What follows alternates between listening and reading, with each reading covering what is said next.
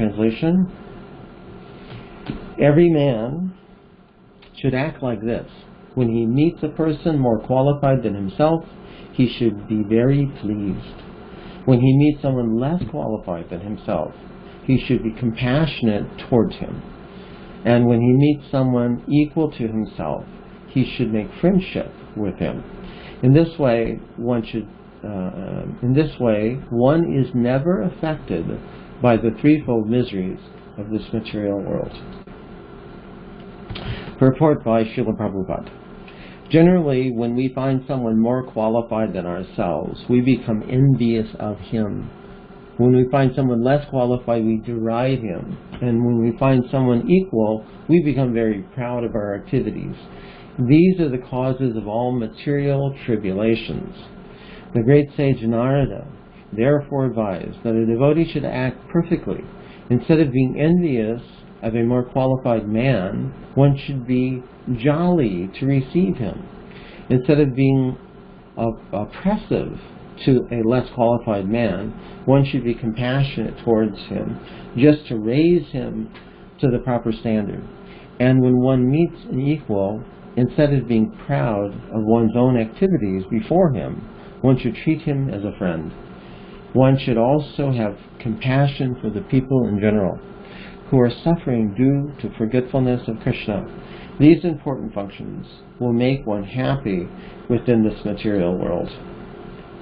Gunadikan mudang lipsed anukrosham gunadamat maitrim samanad avichen na taptair avibhuyate. Every man should act like this. When he meets a person more qualified than himself, he should be very pleased. When he meets someone less qualified than himself, he should be compassionate towards him. And when he meets someone equal to himself, he should make friendship with him. In this way, one is never affected by the threefold miseries of this material world. I have 20 slides today, so we're on text 7. A lot of these will be verses. So, this verse says, Gunadikan mudam lit said. So, adi is to push, it means pushing up. So, when you say adikan, it's something, someone better, superior than ourselves. And then it says lipsed, which means one should feel. What should he feel? Mudan. Mudan is something really sweet like honey, delight, pleasure, jubilation when we see somebody else. What a difference from what, in our polluted state we feel. If we see somebody better than us, we become envious. We want to pull him down, criticize him, find fault. No, one should feel this. One should feel mudan, pleasure. And similarly, maitrim samanad avichen. So, icha means desire, ichet, and then we say anu ichet, it means one should desire to make friendship with that person. And then anu krosham gunadamat. So, gunadamat is somebody that's less than us, less fortunate than us, less advanced than us. Then we should feel anu krosham. So krosha is about 2 miles. It's a quarter of a yojana, which is about 8 miles. And it's the range of that you can hear a human voice if it's calling out or howling. That's called a krosha. So anu krosha is, by the way, I asked Sri Dayananda Maharaj just and he answered me right away. He explained this. So anu krosha is when somebody's repeatedly calling out in distress. So what happens if you hear somebody screaming, help, help? Automatically you feel compassion, unless you're so dull you wouldn't feel anything. But for most humans, they would feel immediate compassion for somebody howling. So when we see someone less fortunate than ourselves, we should feel anukrosham, compassionate towards that person. So where have we heard these instructions before? It's in the Upadeshamrita. text 5, Krishneti Yashigiri Tang Manasadriyeta, that texts 4 and 5. 4 is where it talks about how you can develop love by feeding others, by giving gifts and charity, and sharing our hearts with others. And then 5 is all about how to see different living entities on different levels, how to treat everyone properly.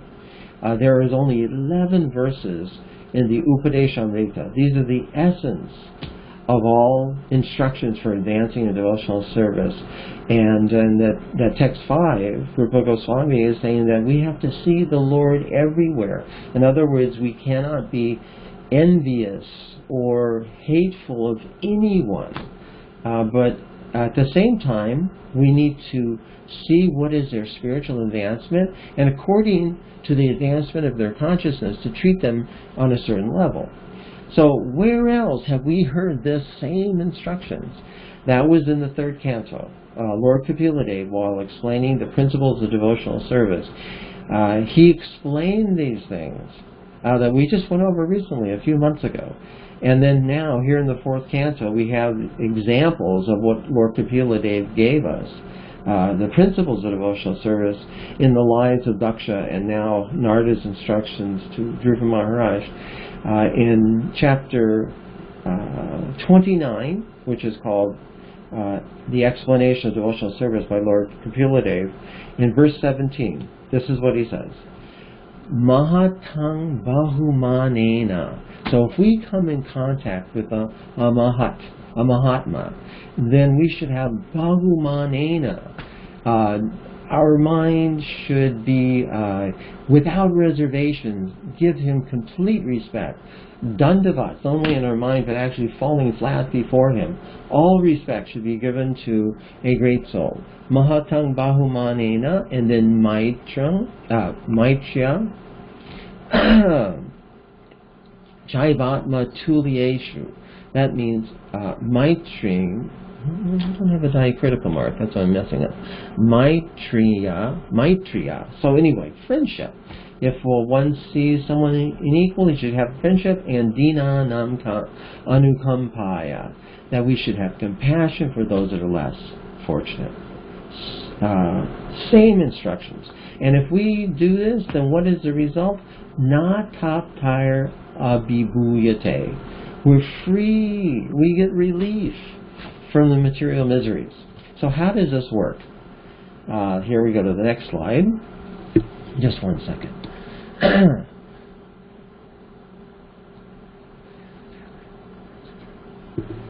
Very nice. Kazita, very nice.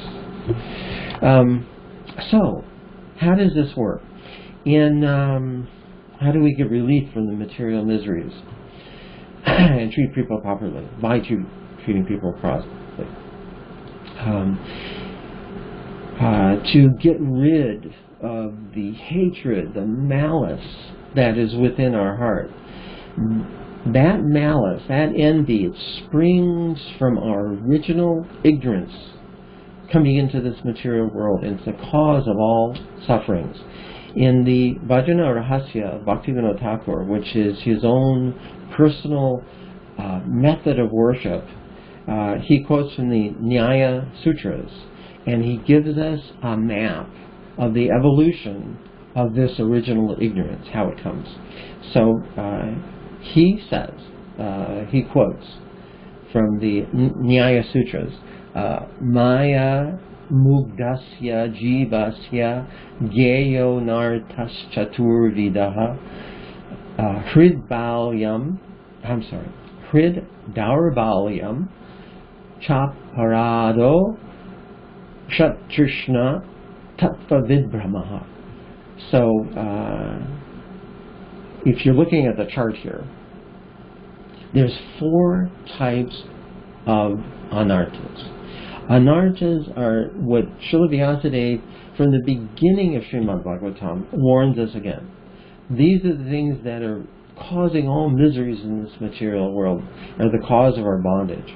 There's 4 types of anarthas, and each of those anarthas has 4 classifications, so 16 divisions in all. So as you can see here, we have, starting from the top left, we have Tattva, Vid Brahma, Asat Trishna, and then Aparada, and then Hridar Valyam. So Tattva Vibhrama, Vidbram, that means the illusion about our own spiritual identity. It's the misunderstanding of our own nature, what we are, and that will determine how we understand ourselves, will determine how we understand God, the goal and the practice. And then next is Asat Trishna, that is the desire for all kinds of material enjoyments, which are actually unwanted desires, keep us in this material world. Then there's Aparad, which impediments to our enjoyment. Because we have impediments, we develop an offensive attitude.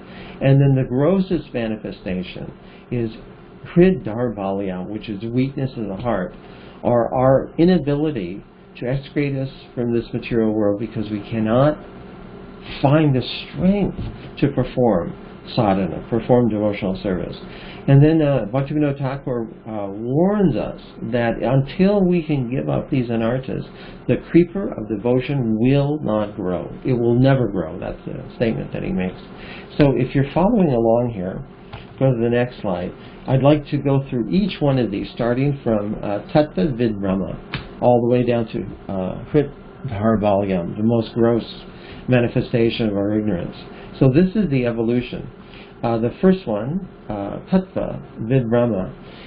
This is our bewilderment about what is the truth. So he says, Bhaktivinoda Thakur, Swatattve Paratatve Cha Sadhya Sadhana Tattvayoho Vid Rodhi Nishaya Chaiva Tattva Vibhrama Chaturvidaha. So, Tattva Vid Brahma, our bewilderment of what is the truth, starting from Swatattva Brahma. So, Swatattva, that means our own identity. We have a conception that we are the false self, that we are this body and everything that is around it. So from Swatattva Brahma, if we can't even understand ourselves, what hope do we have to understand God, who is Paratattva Brahma? Paratattva Brahma is a misunderstanding of what is God. There's so many conceptions, just like, it's an old man in the cloud with who's judging us in his big books, marking good, bad, good, bad. There's a nice lecture Hridayananda Maharaj gave some years ago talking about this. Actually, I looked this up in the dictionary. It's revealed in the word God. God is a kind of universal word for the Supreme Being, and it comes from the Proto-German word Gut, which comes originally from Indo-European language, from the Sanskrit word Huta. So anyone that knows, that does fire sacrifice, Hutam is what you're offering into the fire, and Huta is the recipient. So it's another name for Indra. So this is where it comes from, out in the clouds, people playing harps and all that. Their conception of God, of heaven in the clouds. So it's a very poor elementary understanding of what is God, and people have this real strange conception about the problem of evil, that if God is all powerful, how can he be all loving? And if he's all loving, then how come there's evil in the world?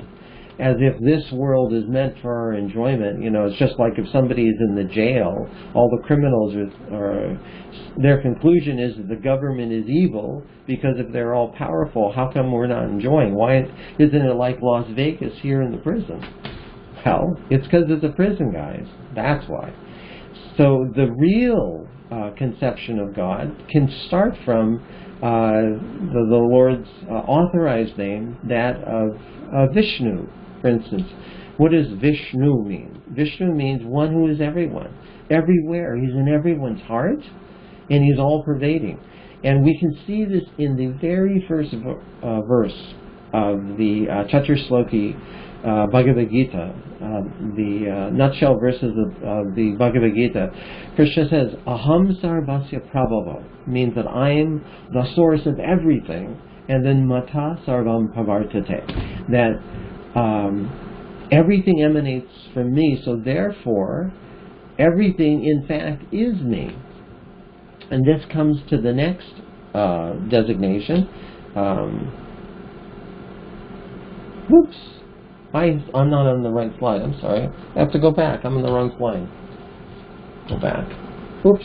This is where I'm at. This is about Tattva Vibram. I didn't notice. So if we don't know who we are, if we don't know God is, then we cannot know sadhya, sadhana. Sadhana, sadhya, brahm. We have a false understanding of what is a practice and what is a goal. We don't understand what the soul is and what God is, and how can we possibly understand what the true practice is and even what the goal is. The goal comes from Sambandha Gyan, knowing what our relationship is, and that has to be consistent with what our practice is, what the soul is and what God is. And this we can see even in the philosophy of Dvaitavad by Madhvacharya. Even though Madhvacharya, we are in his line, there's a completely different understanding of what is the goal and what is the practice, how to achieve the goal. For instance, in Gaudiya Vaishnava philosophy, we have the concept that the Lord is both nimitta karana and upadana karana. Nimitta means he created the world, and then upadana karana means that the world is him, that it's not different from him because it's his energy. So therefore the Lord, we can see him everywhere, in everyone, in everything. Whereas the Madhvites, being followers of Madhvacharya, his mission was to challenge Mayavad philosophy. So Dvaitavad does not recognize upadana karan, that the Lord is within the material world, that matter is categorically different from the Lord. The Lord is all spirit, and matter is separate from him. There's truth there, but Achincha Beda Beda Tattva of Sri Chaitanya Mahaprabhu propounds that in one sense the Lord is also this material world because it's part of his energy and he's non-different from it. And because of this slight difference of understanding of what the truth is, then there's a completely different mood. The Madhvites are very feisty. They fight with everybody, just as Madhvacharya was, in order to combat Mayavad philosophy, whereas the mood of Gaudiya Vaishnavism, following the footsteps of Chaitanya Mahaprabhu, is stressing humility. Trinadapi suni chena, just like the grass, just like a tree. And the same with the goal. The goal of the Madhvites is not prema, it's actually moksha. That's the highest they go. So you see, from this one little difference of understanding what we are and what the Lord is, then it gives a completely different view of what the sadhana and what the sadhya should be. Oh, how did this happen? Jesus, I don't know why this thing is going to the wrong slides. Anyway, sorry, Prabhus. All right, let's go to the next slide. The Sri Sampradaya, they also have the same conception. What is a soul? What is God? What's the sadhya and the sadhana? And then also this, Viroda Vishaya. So this comes to the next one, which is the last portion. Actually, I have to go back to the previous slide. I'm sorry. I've got too many things going on here. I got like 4 screens in front of me, so it's hard to manage it all. Okay, back to the previous slide. Okay, we're still on this one here. So, how is this going back? There you go. Okay, subjects unfavorable to devotional service. So this is called, back to my notes.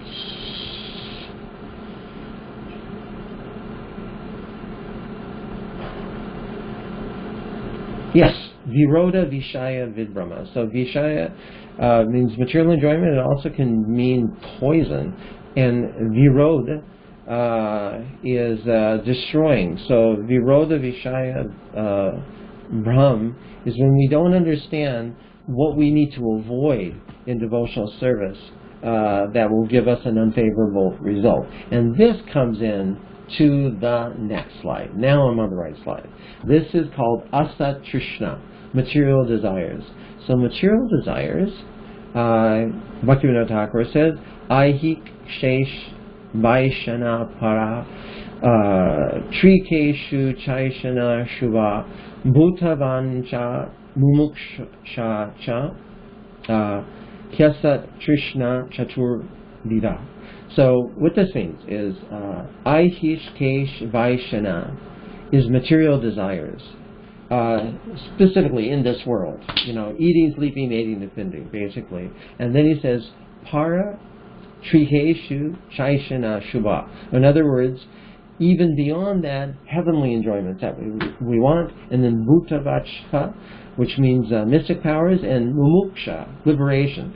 So if we don't know what the goal is, we don't know how to perform, we don't know God or ourselves are, then naturally we're going to have the desire for material enjoyment. And then, next slide, what does that produces? It produces aparads.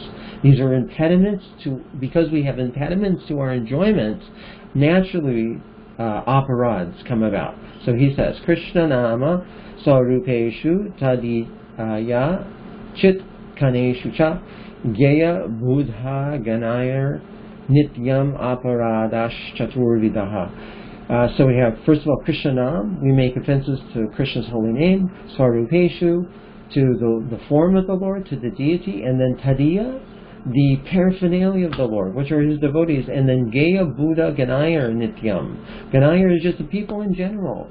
So not only the devotees, but just people in general, we have to offer them respects. But if we see them as impediments to our enjoyment, then we create all kinds of offenses. And then what happens if we create offenses? The next grossest manifestation is Hrid Darbalyam, weaknesses of the heart. So there he says, Bhaktivinoda Thakur says, Tuch Cha Shakti Kutinati Mat Saryam Sva Pratishtata Swadar Balyam Budayar Shashvaj Gayam Kila Chaturvidam. So the first one is Tucha Shakti, which means attachments to objects that are not related to Krishna. These are insignificant, nonsense things that we are so attached to, we just can't give up because we don't have the spiritual strength. The Hridarbalyam, the weakness of the heart. You know what we're especially attached to? Is if somebody insults us. Somebody crushes our pride, then we cannot forgive him.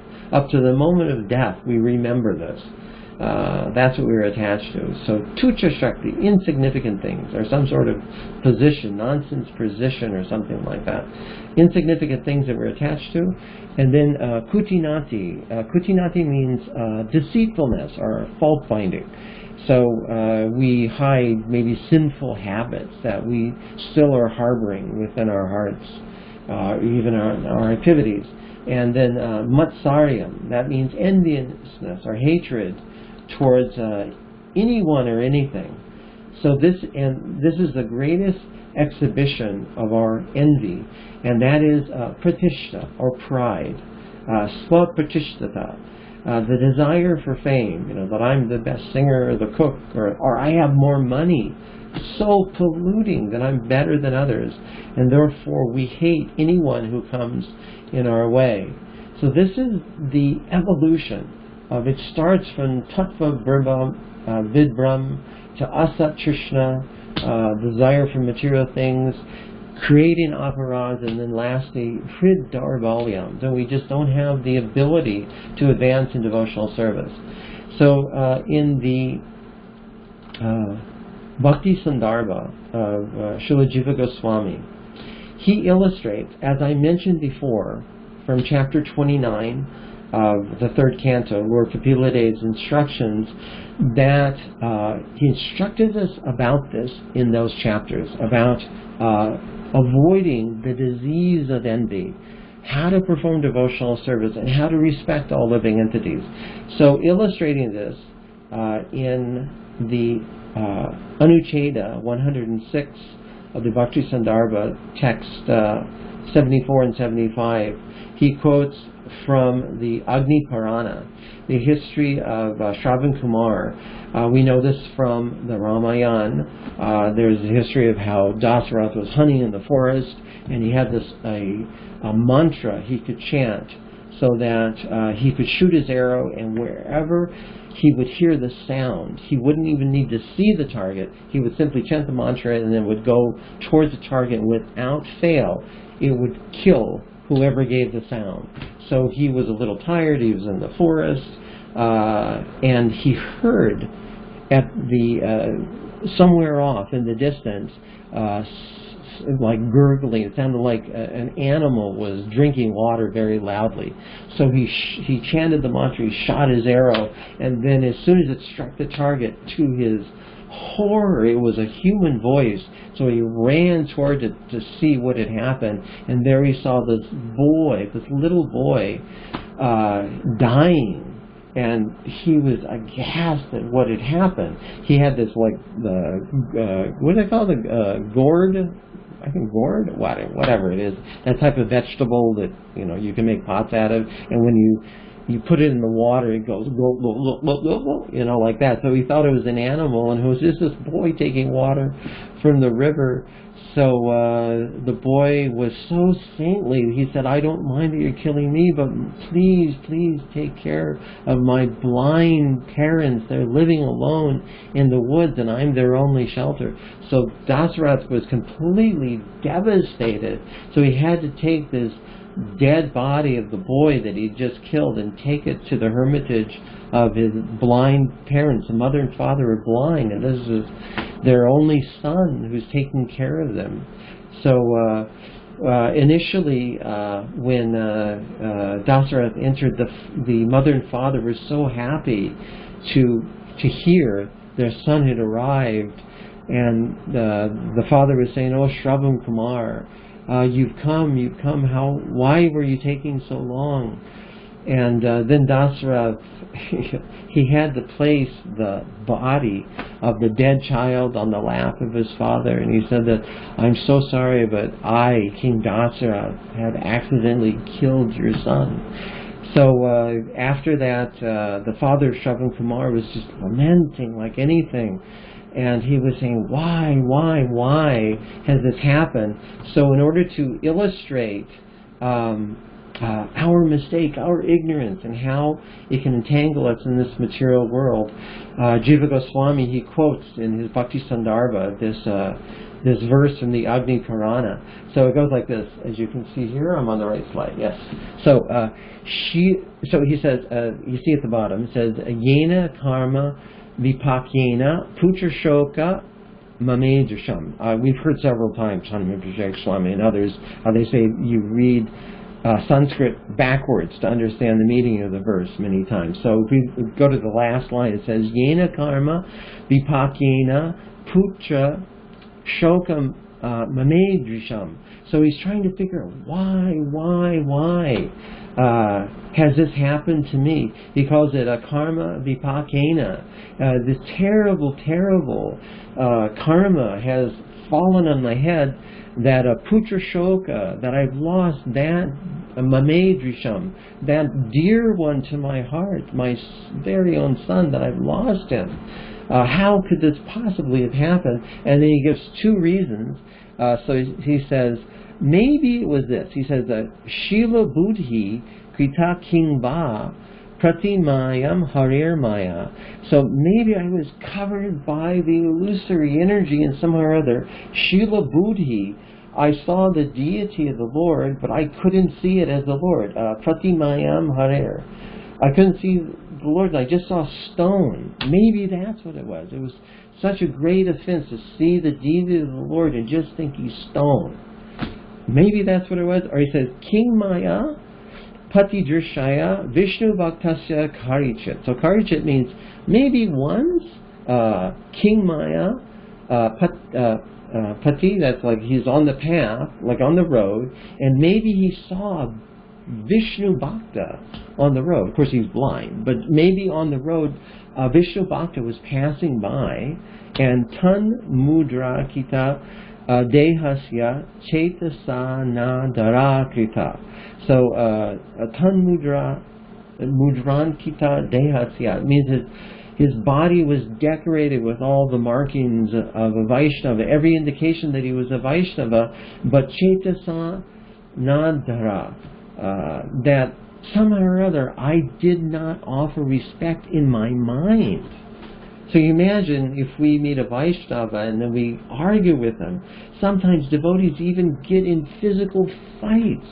So can you imagine what our destination is? If he's saying that, I lost my dear one, it's such a devastating thing happened to this father of Shravan Kumar, and he's thinking that the only thing could have happened is maybe I saw the deity and saw it as stone, or maybe I didn't give proper respect to a Vaishnava. So this illustrates how careful we have to be, especially in the association of devotees. So let's go to the next slide. And then Jiva Goswami, in that same section of the Bhakti Sandarbha, he quotes from the Mahabharata, he gives the cure for this type of a situation. If we're bound, shackled by enviousness, this is the way out. He quotes from the Mahabharata and he says,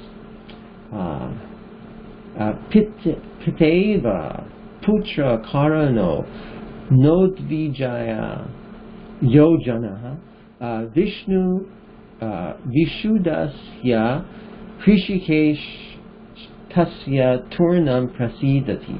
I hope I'm pronouncing that correctly. So anyway,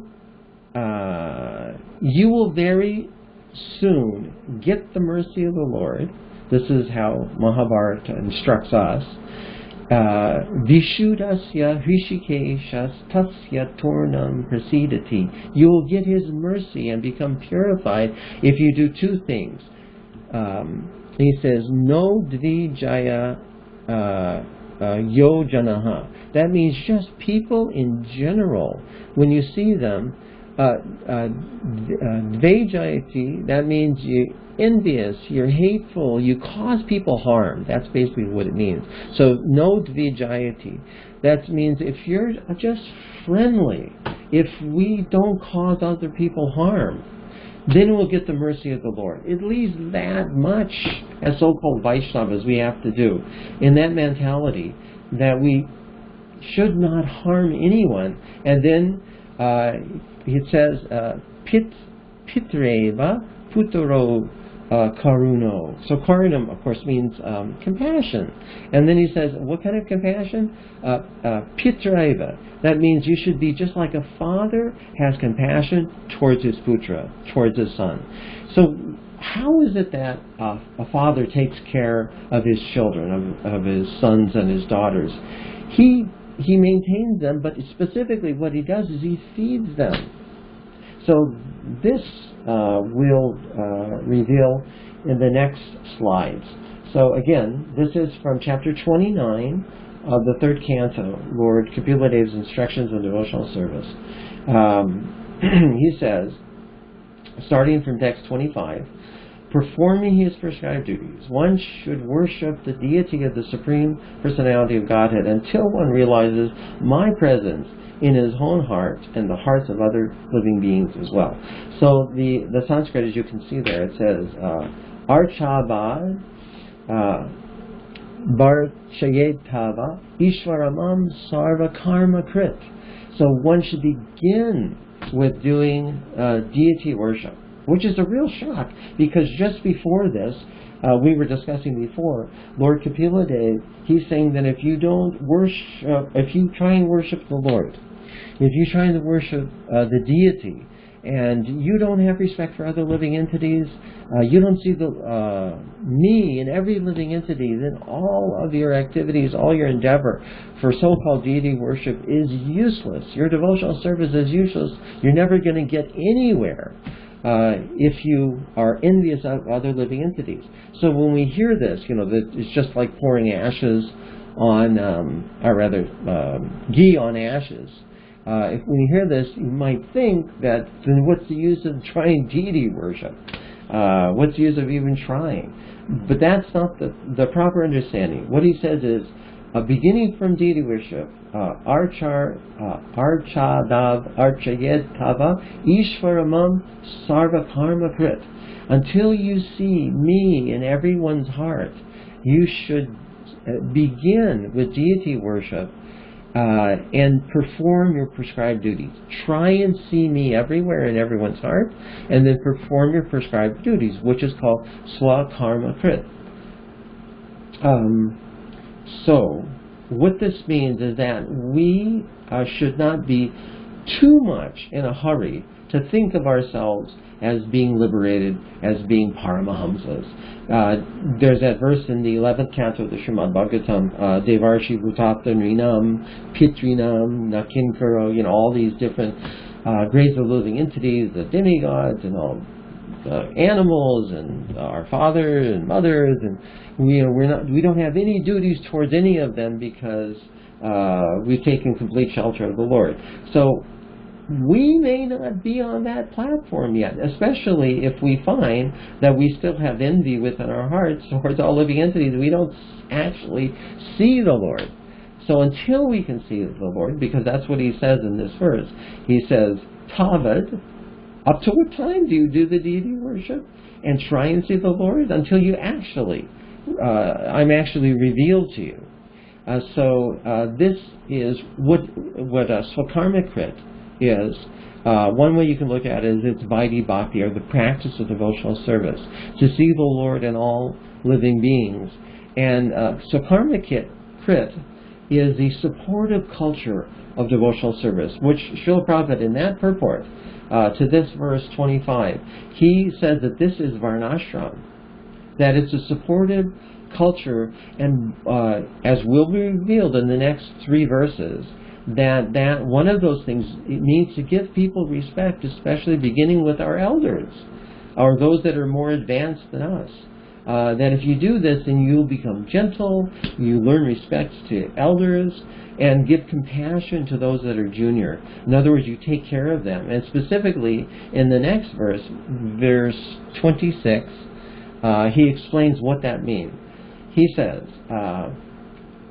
26, Atmanas cha parushyapi yakarot yantarodaram tasya bina drisho mrityur vivade bhayam udbanam. So what vivade bhayam udbanam means is that he will come as fearful death, mrityur, for anyone who tasya bina drisho, who sees like this, who sees himself separate from others. And he's very specific here. He says, Atmanas cha parashyapi yakarot yanu todaram. So if we see ourselves separate from another person, he specifically says udaram. Udaram means what? It means stomach. If we see somebody's hunger as different from our own hunger, then he comes as terrible death. This is what Lord Kapila Dev said. He comes as terrible death and destroys us. So what this means is that the minimum we should understand about Veda culture is that there's a supportive culture, swakrit, that comes along with it. Direct culture of devotion is hearing, chanting, remembering, etc., the limbs of bhakti. But even before that, we should understand what the supportive culture is. And that is that as long as our hearts are not clean, in other words, if we envy, if we have hatred towards anyone, we should learn this at least first. Cultivate this along with the angas of bhakti, that we should respect and we should feed others. And then we go to verse 27. We're on slide 17 right now, so we're getting there. He says, therefore, through charitable gifts and attention, as well as through friendly behavior, and by viewing all as alike, one should propitiate me who abide in all creatures as their very self. So, Atta mang sarva bhuteshu bhutatmanam kitalayam, that I am situated within the heart, within everything and everyone. Arye dana mana byam. So this is very important. And then maitra nena chakshusha. You have a friendly attitude towards other, and then dana mana byam. Dana is to give in charity, and dana is to give in charity, and mana byam is to respect everyone. We should have this kind of attitude. In the Yoga Sutras of Patanjali, he mentions 5 sources of suffering of this world. Avidya, asmita, which is false identity of the self, abhiveshata, which is anxiety, and then raga and dvesha. Raga, dvesha is the cause of all of our miseries. So in this verse, what Kapila Dev is saying is, in order to get rid of our raga, our attachment, what's our basic attachment in this world? What's the thing that we enjoy the most in this world? Of course, it's many times it says sex is the highest enjoyment, but actually that's a fleeting thing that's very difficult to attain. So what is that moment of enjoyment? What we enjoy is eating. Eating is what the biggest enjoyment in this world. So what Lord Kapila Dev says is that to get rid of raga and dvesha, to get rid of raga, attachment, is that we need to, before we feed ourselves, we have to feed others. And we all have that experience, that if there's like a feast or something, instead of sitting down and waiting to be served, if we actually pick up the pot and go around and serve others, we feel more satisfaction than if we would have ate ourselves. It's actually amazing. So in Vedic culture, what's stressed is that we should feed everyone. The householder should go outside before he takes his meal, invite anyone that's hungry to come. That's very much emphasized in Vedic culture, is how to feed people. So in this way, if we feed others, considering others' hunger before our own hunger, that is part of the culture, the Vedic culture. And that way we temper our raga. So to get rid of raga and dvesha means hatred, we have to respect everyone. So just like a little recap, in the 3rd canto, this verse 29, what had happened is at the beginning of the chapter, Mother Devahuti asked Kapila Dev about specifically to describe the yoga that would get everyone out of material entanglement, using herself. Tell me what I can do to get out of material entanglement. And then Lord Kapila Dev starts to explain how to perform archana by seeing me simultaneously in the hearts of all living entities, and therefore to respect all. And he warned us, if we remain envious of others, it's just like offering ghee into ashes. It's useless. But rather we should treat everyone with respect, but still according to their level of consciousness. If they're elevated in their God consciousness, then we should treat them as the best. So we have those that are less than us, those that are equal, and those that are better, and even those that are best. He starts from explaining inanimate objects like stones, if you remember that, all the way up to the brahmanas and then the pure devotees of the Lord. So there's different gradations of respect. Everyone should get respect, but this, according to the development of their consciousness, or in other words, the depth of their understanding of God, they should be given respect accordingly. And if we come in contact with a saint, then we should know that is our worshipful deity, and we should not even think about offending such a person. So, in closing here, because it's almost out of time. So, how is it possible to see the Lord everywhere in our stage? We can't actually see the Lord because of our contamination, but we should practice by remembering the Lord is in everyone's heart, and the Lord is everywhere. And if we do that, then that's a sign of our faith. If we don't respect anyone, then that shows that we are faithless atheists. So therefore, we should not look down on anyone or anything. God is everywhere. So in closing, this is my... let's go to the next slide. Okay, so I'm going to read the verse again. 3 more verses ago. So again, the verse is Gunadikang Mudang Lapsade Anukrosham Gunadamat Maitrang Samanad Avichyanataptire Avibuyate. And the translation again is, every man should act like this. When he meets a person more qualified than himself, he should be very pleased. When he meets someone less qualified than himself, he should be compassionate towards him. And when he meets someone equal to himself, he should make friendship with him. In this way, one is never affected by the threefold miseries of this material world. So I have one last slide, and this my good wife sent to me last night, and it had me in tears. Of course, it doesn't take much for me to go into tears because I'm a sentimental person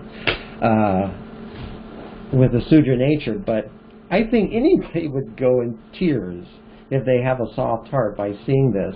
I'm going to show you this next slide. It's a video, and it should work. I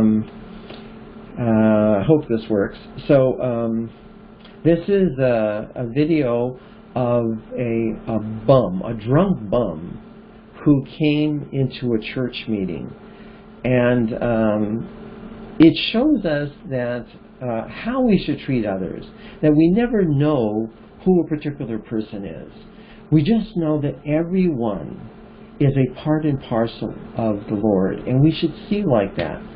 When we meet somebody for the first time, doesn't matter, even if he doesn't have the markings of a Vaishnava, if he's a karmi, we shouldn't jump to conclusions about who this person is. We should offer respects, obeisances to everyone, at least within our mind, knowing his connection to the Lord before we jump into conclusions and just disregard him. So I'm going to hope that this works. So here we go. This lasts for about 5 minutes, but please lend your attention to it. I think that you'll get something out of it like I did. So just one second.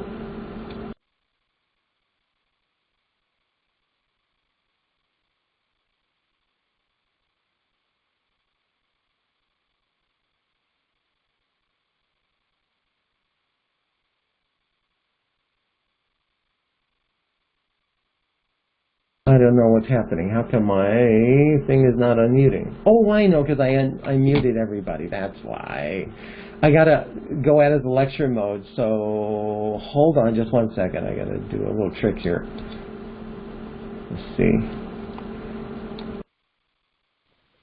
So please keep yourself muted while I do this. That's why the sound didn't come. One thing, Ramananda, you don't see subtitles there, and it says here that he came to the church and asked to sing, so, because it's otherwise you're not going to understand. Oh, okay. Anyway, it's very nice. Okay. Because it's in Spanish, right? Spanish. Yeah, there's a few devotees here that know Spanish, so you'll get more out of this than me. But anyway, here it goes. Okay.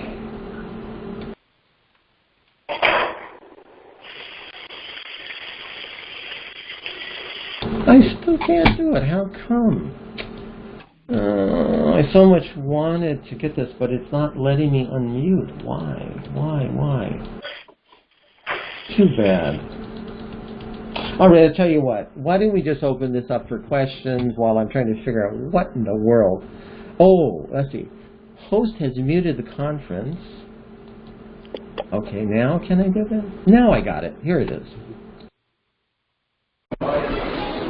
A dona Teresa e a dona Rosa, no Santa Luzia, são parentes do irmão José Cadeira, eu cumprimentei ela, só mais uma almoço. Ali, Deus abençoe. Ó. Tá? Ô, João, deixa eu subir aqui. Deixa eu subir aqui. Por aqui. Tá, sobe aqui então, sobe aqui. Vem cá, dá a mão pra mim. Pelo amor, não lhe faço fiança. Você me diz primeiro assim, ó. Vai dormir quando tiver sono nós conversamos. Só uma pergunta, tem música para cantar ou não? Milionário, ele é rico. Mas você acha que você é bailão, homem?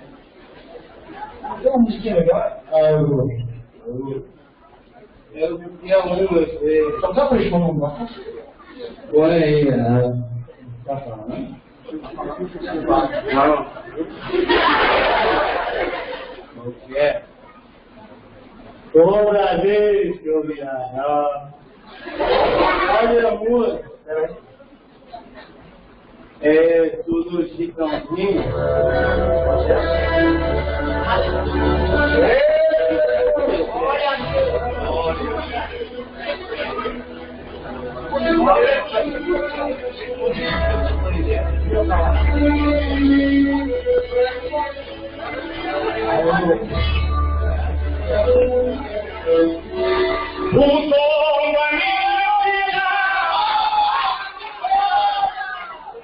Ó Senhor, te louvarei, pois meu povo é tua vida, eu nunca me cansarei, pois ouvir a sua voz, é mais doce que o mel. Quem tira essa capa, ele leva sabe como ele vem forte que passou, já vida dos feitos. Mas todas minhas aleluia! Água na súnia canta subir. Eu me canto em defeito. Água na súnia canta subir. E o teu corpo Santíssimo, não há Deus, nem volta, se te passa diante da sua voz, não há doer, nem culpa.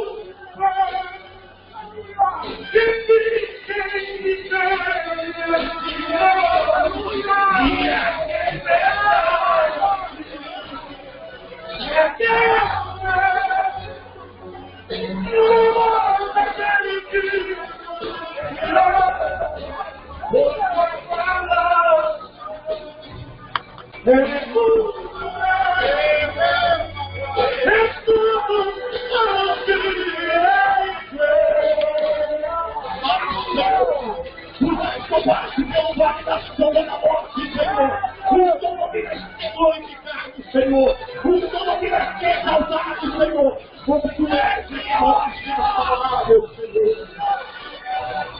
Lamasturamos a cama, lamasturamos a cama mais.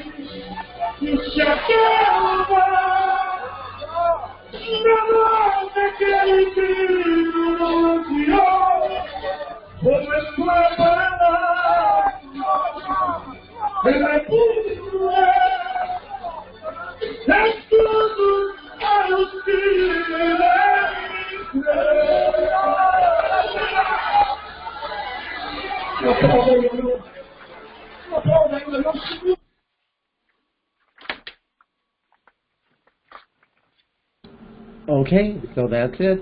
I've unmuted everybody. I hope that came through on your end and you liked everything you saw. Any questions or comments? Well, one thing is, at least for me, the video, maybe it's my computer, but the video didn't come through at all very well. It was just frozen frame after frozen frame. And, well, I guess then it's my system. But if you wouldn't mind maybe later sending me if there was another way to watch it. So I can tell there's a lot of emotion going on. But, yeah, anyway, if you wouldn't mind being able to do that, if there was some way I could access that. But thank you for a wonderful class. My goodness, you really went into so much detail and wow. Thank you. I got confused. So in the video, I saw the video fairly well. The sound was difficult.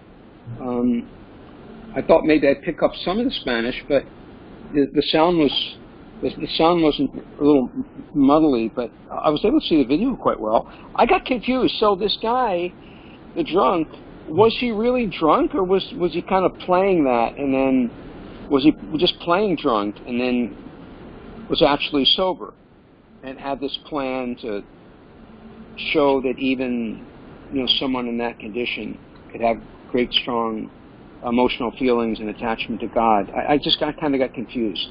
Rasa, you sent it. What did you explain? Well, I know exactly how much you know because just a video was. But whatever way, if he tricked the public or he was really drunk and he became sober when he started singing. So one or another. Okay, so it wasn't clear to you either. In any case, it certainly made a wonderful point that we can't prejudge someone. We really don't know what's in their hearts. No, he's a pastor, and he was. That's what I thought. I thought it said that was Pastor so and so, which made me think. Only when I saw that he was pretending to be drunk. Yes, because it's very powerful, because we have preconceived ideas when we come in contact with God, and we don't respect others. We think that we're better than others, and we shouldn't do that. We should give respect to everyone. So it floored people. It put them in such a state of mind that, you saw the emotions that were there. And then one of the reasons I put this video up was because, these are our Christian brothers and sisters. We shouldn't think that because we're Christian devotees, we are guided. Thank goodness. Thank God. We are guided by our disciplic succession, our acharyas. We are so fortunate.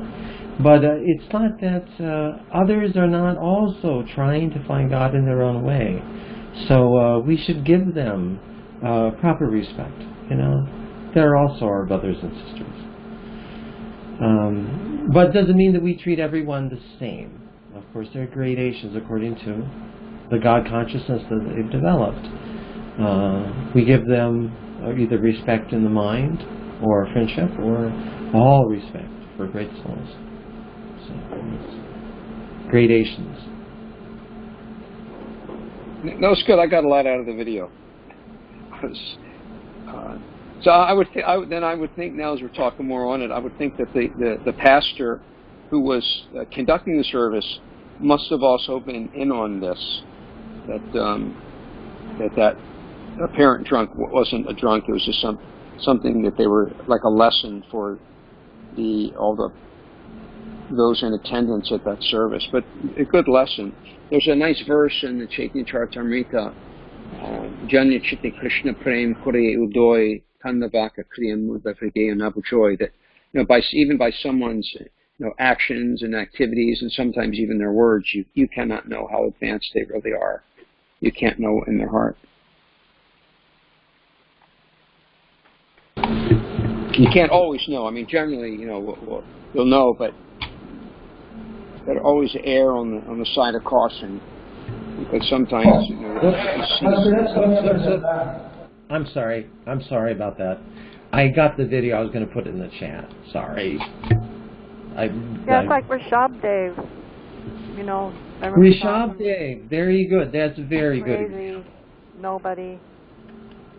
But actually, he was so advanced. You can never tell. Yeah, thank you, Pandita. That's a very good example. Lord Rishab Dev. Jada Bharat. In Jad Bharat. Yeah. Jad Bharat, yeah.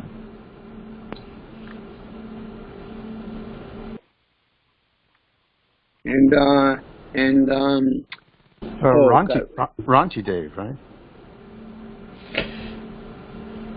He was trying to end his fast, and people came disguised as dogs or whatever, and they were demigods. Oh, very good point, yeah.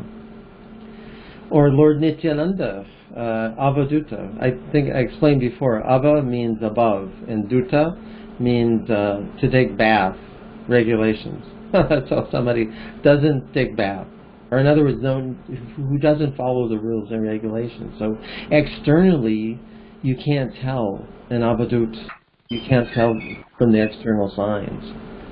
But so we have to be very careful. Can I just give one quick thing?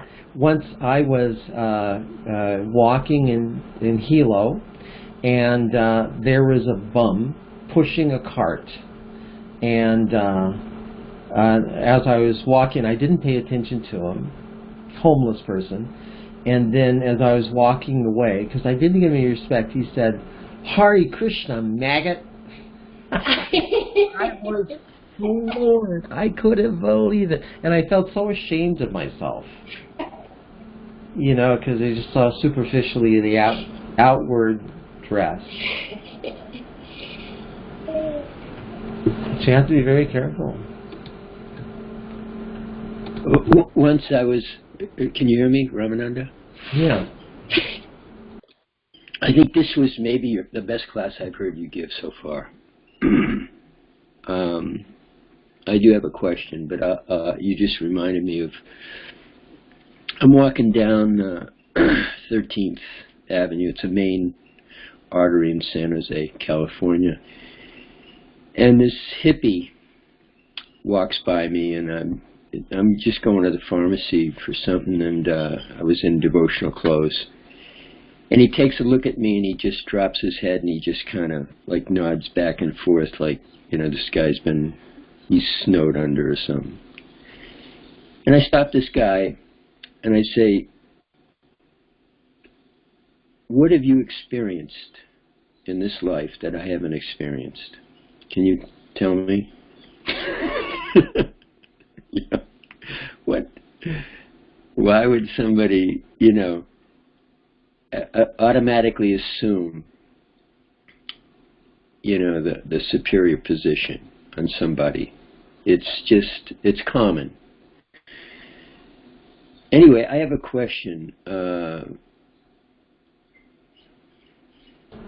said that Bhaktivinoda said... I was going to say that I have the same thing. I make the mistake all the time. Yeah, you just prejudge people, and boy, you just afterwards just regret how I could be so stupid to do that. But anyway, sorry. Right. Yeah. No, it's a common thing to think you're superior to somebody. and then you don't know anything about them. You don't know their story. You don't know anything. And then, that was part of what made it powerful. That I wish I knew Spanish. That some of the things he said to the pastor that allowed him to sing were funny, and everybody was laughing. I wish I could have followed. They might have been nice to subtitle that too, but it was really a good video, and it got a response. It got a really, really good response. So, Srila Bhaktivinoda Thakur, he says that the devotional creeper will not grow with anarthas present. And also, I was fascinated early on. Where are you getting this? I mean, you spent a lot of time. Yeah. Yeah, that's from the Bhajana Rahasya. You can look it up, the verses. It's in the second, we call it prayers, second section, starting with verse 8. He goes through these different anarthas, 16 in all. Nice. Okay. And it's interesting, there's one verse that you mentioned that Kapila Dev says that if you're worshipping the deity but you can't appreciate the Lord in the heart of others, it's useless, but it's also the cure. That you worship the deity until you realize the Lord in your own heart. And yeah, that's interesting. Yeah, because he says how useless it is, and then immediately the next verse is, so you should begin with deity worship and see me in everyone's heart. until you get that. Yeah. Until you understand that. Yeah, that's really good. Ramananda, it was Bhaktivinoda Thakur who said, or what is a verse was, I'm sorry I forgot, where you said that we should not see, we should see another people equal, not separate from us. What is that called? I've said that in many of those verses, but I think specifically Lord Kapila Dev's instructions. Let me go back. Let's see.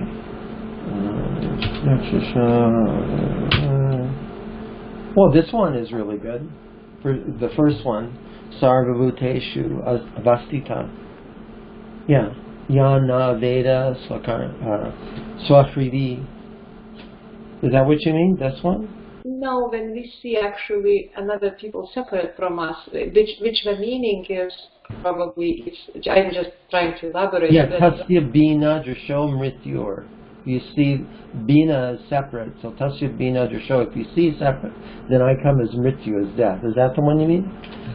Yeah, then you see another people separate from you. It means you don't feel their pain, right, or their happiness as your own. You know? That's correct. That's correct. Yeah, Yakaroti Antodaram. Yeah, 26th chapter. Explanation of devotional service.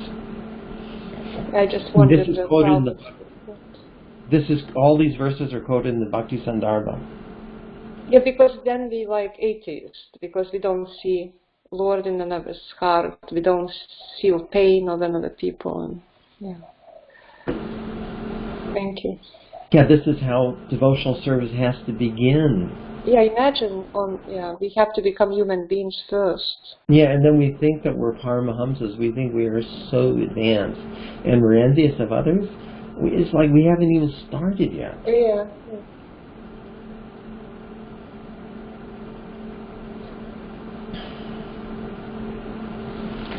Okay, so